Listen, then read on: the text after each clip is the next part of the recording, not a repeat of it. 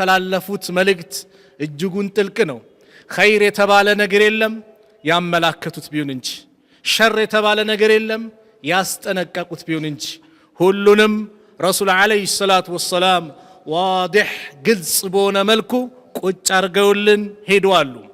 የእሳቸውን መንገድ ይዞ ሄደ፣ እሳቸውን ሞዴል አድርጎ የተከተለ፣ እሳቸውን እግር በእግር ከኋላ የተከተላቸው፣ ሱናቸውን ያጠበቀ የያዘ ነገ ፈላህ ነጃህ ሊወጣ የሚችለው ይህ ሰው ነው።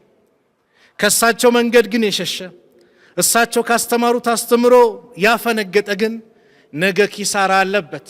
ለዚህ ነው በአንድ ሐዲስ የአላህ መልእክተኛ ነቢዩ ዓለይሂ ሰላቱ ወሰላም ኩሉ ኡመቲ ሁሉም የኔ ኡመት የድኹሉነ አልጀና ጀነት ይገባል አሉ። ሁሉም የኔ ኡመት አሉ።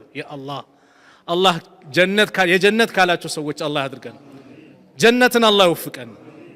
ሁሉም የኔ ኡመት ጀነት ይገባል ኢላ መን አባ፣ ጀነት ግባ ሲባል እምቢ ያለ ሲቀር አሉ የአላህ መልእክተኛ ነቢዩ ሰለላሁ ዐለይሂ ወሰለም። ሰሃቦቹ ድንግጥ አሉና ቂለ ወመን ያእባ ያ ረሱለላህ፣ አንተ የአላህ መልእክተኛ ለመሆኑ ጀነት ተዘጋጅቶ ጀነት ግባ ተብሎ እምቢ ሚለው ማን ነው ብሎ ጠየቁ ሰሃቦች። ረሱል ዓለይሂ ሰላቱ ወሰላም ምን አሉ? መን አጣዓኒ ደኸለ አልጀና፣ እኔን የታዘዘኝ ጀነት ገባ። ወመን ዓሳኒ፣ እኔን ያመፀ ከመንገዴ ያፈነገጠ ፈቀድ አባ፣ ይህ ነው ጀነት ግባ ሲባል እምቢ ያለው ይሄ ነው አሉ። ረሱሉን ዓለይሂ ሰላቱ ወሰላም ስንዝር በስንዝር መከተል፣ የእሳቸውን መንገድ መያዝ ለጀነት ያበቃናል። ስለዚህ አርያ የምናደርጋቸው ማንን ነው?